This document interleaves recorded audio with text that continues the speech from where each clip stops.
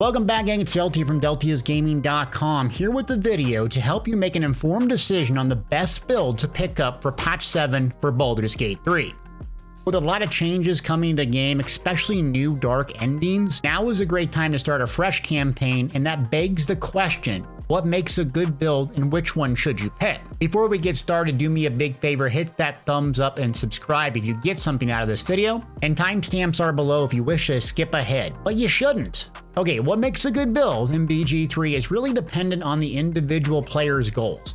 Look, everyone's going to need some type of combat proficiency and ease to complete the battles and get through the content. But don't forget about utility, persuasion, dialogue, overall fun factor, and ease of play. So what I'm going to try to do is my best to rank these builds in general from the overall viewpoint of the average everyday player, and not the mid-maxer that only looks at combat and requires very niche specific sets of gear in Act 1, and if you don't get it, your build sucks. So that's who we're going to be targeting. Let's get started. What are the top 10 builds in BG3 according to, well, me?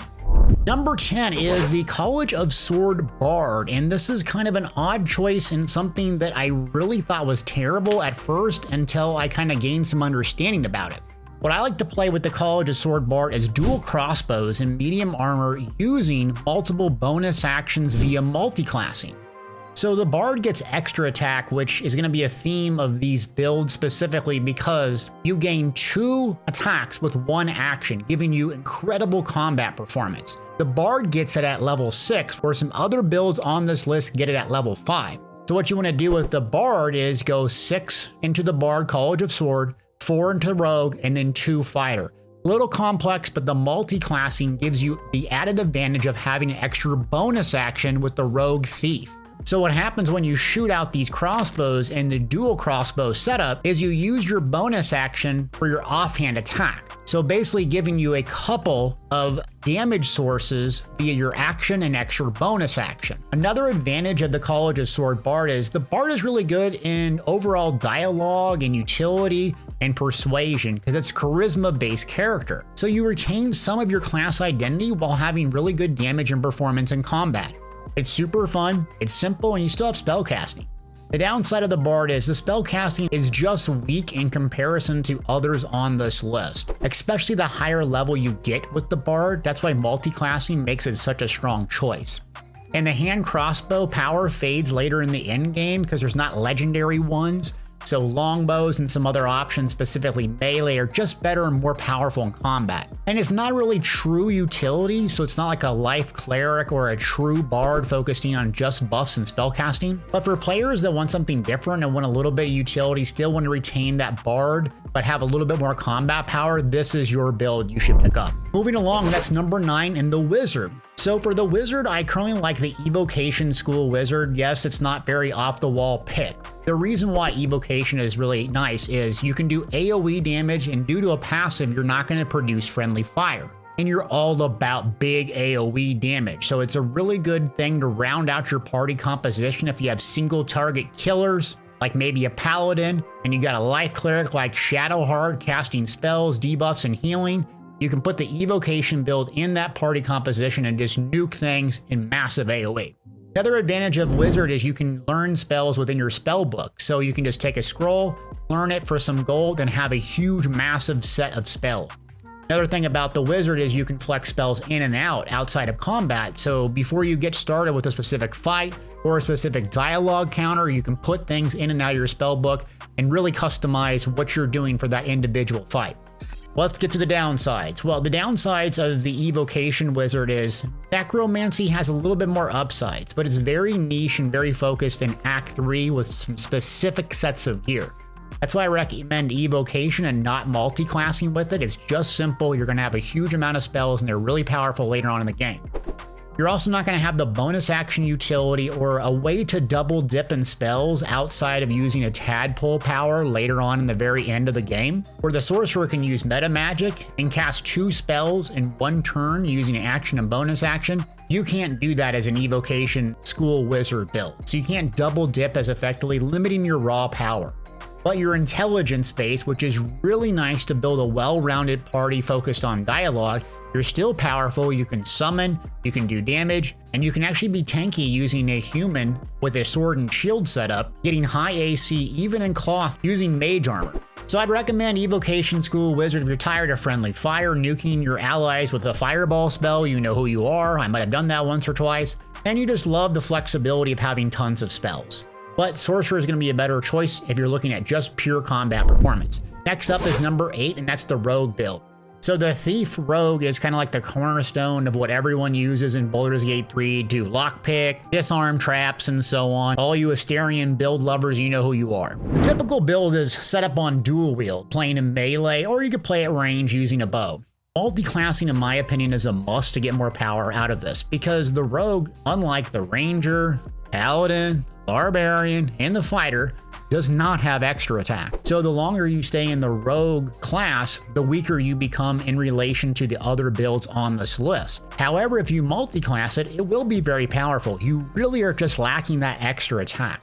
You have all the utility and proficiency and usefulness in your group party and decent damage, but once you multi-class it, it does do a lot better in combat. It's also one of the simplest builds using sneak attack. You can turn that on automatically, just add some extra damage when you're understanding the advantage mechanic, but it's just weaker than other melee or range builds when it comes to combat. Look, the Ranger has pretty much everything the Rogue has, but it also has a lot more spell casting for every subclass.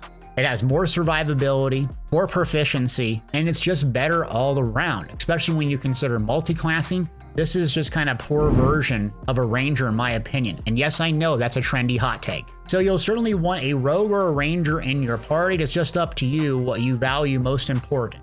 Is it combat performance or a little bit more utility? Next up is Life Domain Cleric build. So Life Domain Cleric, this is what I immediately respec Shadowheart to instead of the Trickery. I put her as a Life Cleric because it changes some of her spells that she gets access to and makes it just a well-rounded cleric. So with the Life Cleric, you have buffs, debuffs, crowd control, and summons. You're just the main healer with tons of utility and heavy armor proficiency. So you throw on a sword and shield build with Shadowheart or mace or spear. Give her tons of AC and heavy armor, and you can put her in the fray and she's not going to take hardly any damage. I don't like to multi-class with this build. Specifically, I like reaching level 11 to get planar ally spell, and I always love to summon and use like spiritual weapon with Shadowheart and some of these little critters that can create a distraction. Because that's what's nice about this. You have Guiding Bolt, you have some summons, you have some utility in combat outside of just healing, so when no one's taking a bunch of damage during your turn, you can either stun or you can do some damage with the Life Domain Cleric. The Light Domain Cleric is a little bit more damage, but I just can't give up having those big, huge AoE burst heals that Life Domain has. The downsides of this build is the movement is just absolutely atrocious. You have hardly zero bonus action utility along with slow movement, and you're vulnerable to stuns. Also, depending on your dexterity score, you're going to go much later in the turn. So you will be vulnerable to stuns, and having like Shadowheart or the Life Cleric go much later in the turn order means if you're targeted, you're going to be taking some damage, you're possibly going to be stunned. But I'd highly recommend it because you got Bless, Aid, Spiritual Weapon, Planar Ally. It looks cool, it's fun, it's tanky, and having it in the group, you will feel this class in your party and your survivability dramatically increase. Moving along, and that's number 6, the Sorcerer build. I like the Draconic Bloodline Sorcerer build. Number 1, you don't have to use mage armor. It's kind of given to you passively, so you don't have to cast that after every long rest to boost your AC up. The way to play this is use a human or a half-elf race because it gives you shield proficiency. So you can equip a quarterstaff and a shield and gain a bunch of AC even in clothing and not have to cast mage armor. Meaning, right out the gate, I can sometimes reach 18 AC within an hour of playing the game. 18 AC at level 2 or 3 means no one's going to hit you, and your survivability is going to be very high in Act 1. Unlike the Wizard, though, there are some downsides. You can't learn spells using scrolls, and you can't swap spells in and out of your spell book, so you have to respec, and your spell book is going to be limited. But when it comes to power, the Sorcerer has it. You got meta magic. So what that allows you to do is cast a single target ability with this other resource at 2 targets. Later on in the end game, you get Disintegration. You can basically zap 2 targets and turn 1. Also, you can cast another spell with a bonus action using another meta magic spell. So in turn 1, you can basically launch out 2 massive nuclear missile fireballs where the wizard can only do 1. Not to mention, you still can amplify even more elemental damage as well depending on what you spec into with the Draconic Bloodline. And don't forget cold, there are some very powerful items and spells, specifically in Act 1, that can make a cold build really, really good as well. So I would say that you want to play a Draconic Sorcerer Bloodline. I would say you want to pick up this build as a Sorc if you're intending to use this as your primary dialogue character and you really want combat performance outside of like spell utility. So the Wizard's a better choice if you're not really concerned about combat, but you want someone with an intelligence to get those skills. The Sorcerer is much better for just pure raw damage, especially if you're going to be doing the dialogue and talking as a charisma-based spellcaster. Next up is number 5. Way of the Open Hand Monk is one of my favorites. When I originally saw the Monk, I thought it was hot garbage and goofy, I'm going to be honest, and I completely whiffed on it. The reason I whiffed on it, I didn't understand how it works. So it's very different than other builds using unarmed attacks. What that means is you do not want to have a weapon equipped in your melee weapon slot. You run around without a weapon and primarily get your damage via passives, feats, and your gloves. And the Monk really incentivizes you to use bonus actions. Multi-classing is a must with this. It turns it into an absolute juggernaut with the feature Tavern Brawler. So what you want to do is spec at least level 5 to get extra attack with your Monk, and then go 4 into Rogue Thief to get an extra bonus action, and then 3 into Fighter to get Action Surge and a subclass. You can see this is kind of the setup I use on a lot of my melee builds because it just is optimal for pure raw power. So what this does is it gives you all the utility you need, and then with the Monk incentivizing you to an extra bonus action, you're doing a gazillion attacks per turn. You can also stun, use other utility for knockbacks. And with Tavern Brawler, you can use your strength modifier to add damage to unarmed attacks. So what seems really goofy ends up being really powerful because the Monk is just using clothing and you don't have to rely on constantly getting weapons. So that's another nice feature about the Monk. You do play in melee, but you don't have to constantly scramble to get new weapons every act or every couple hours of playing. The big downside of the Monk is it doesn't have really spell casting outside of one goofy subclass. So you're not really doing a whole lot of spell casting. It doesn't have a whole lot of utility. So it's not good for dialogue. It's not really good for other things. You can use it to do some lockpicking with high dexterity, but it's mainly just for pure combat, and that's where it excels. But outside of that, players might not like playing it because it just lacks some of the other features other ones on this build list have. Otherwise, if you haven't played it, pick it up. It's extremely powerful in combat, though it looks and feels and plays a lot different. Next up is number 4. That is the Fighter build. My preferred subclass is the Battle Master that gives you battle maneuvers. So the Battle Master subclass and the Fighter is the epitome of simplicity.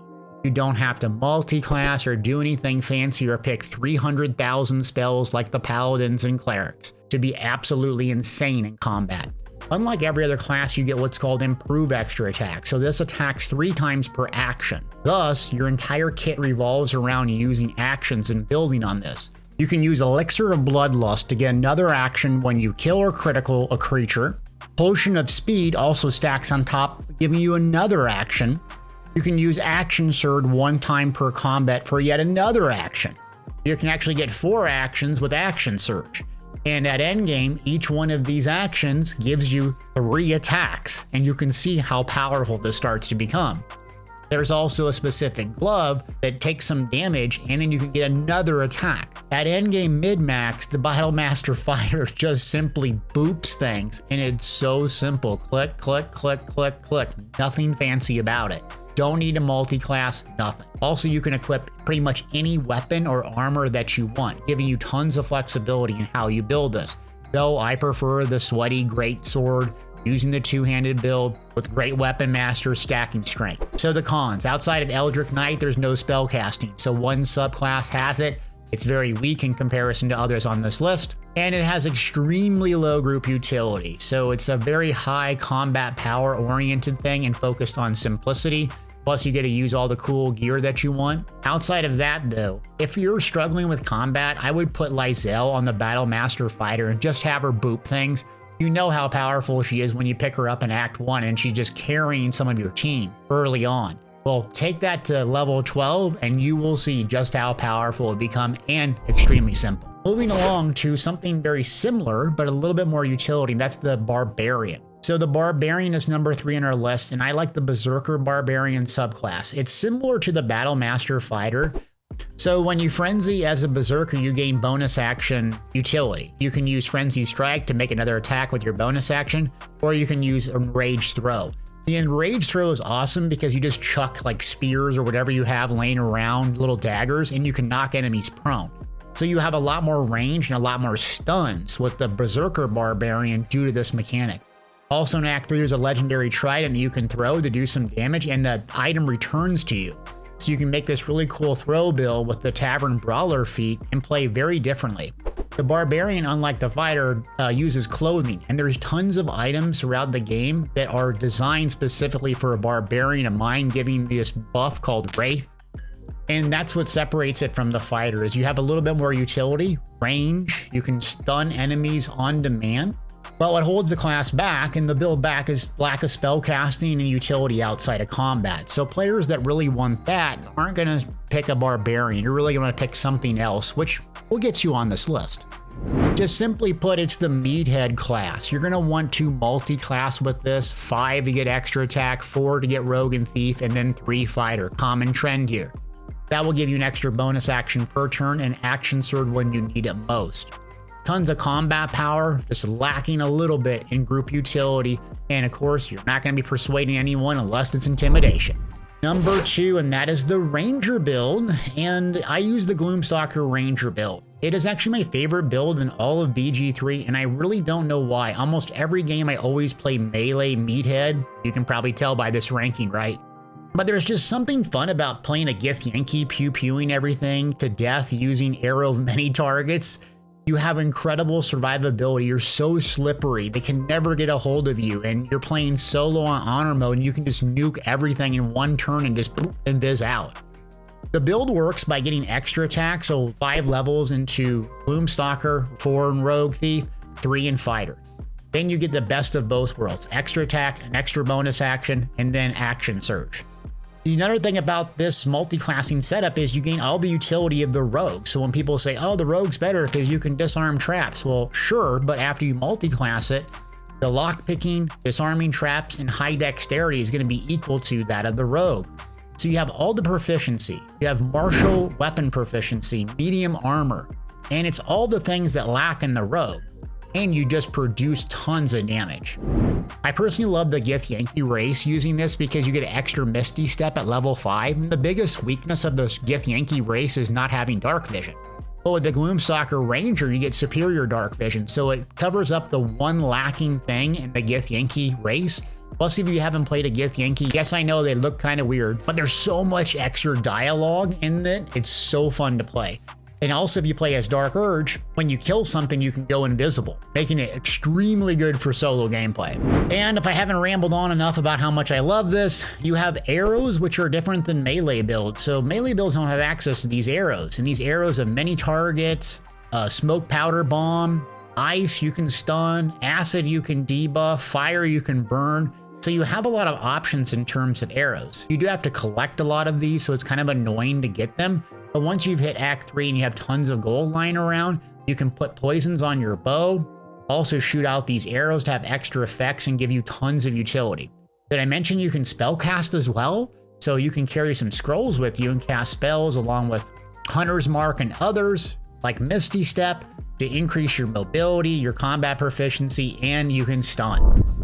So why is this not number 1 then? Well, ultimately, if I had to pick one class overall, it would be the Paladin. And the reason why is Paladin has charisma. And that's your main thing you're going to want to stack into along with strength with the Paladin. And it feels like the game overall is designed for a Paladin as the main character. There's gear sets, the look, the feel. It is cool for dialogue and the one I recommend the most. So let's get to number 1. Number 1, the Paladin build. I personally like Oath of the Vengeance subclass, and you can play it one of 2 ways. Oath of Vengeance is really good if you're going to be the good player, and then Oathbreaker is awesome if you're going to be a bad player. They're very similar. I like Vengeance because it makes up for the lack of mobility, but Oathbreaker is fantastic as well.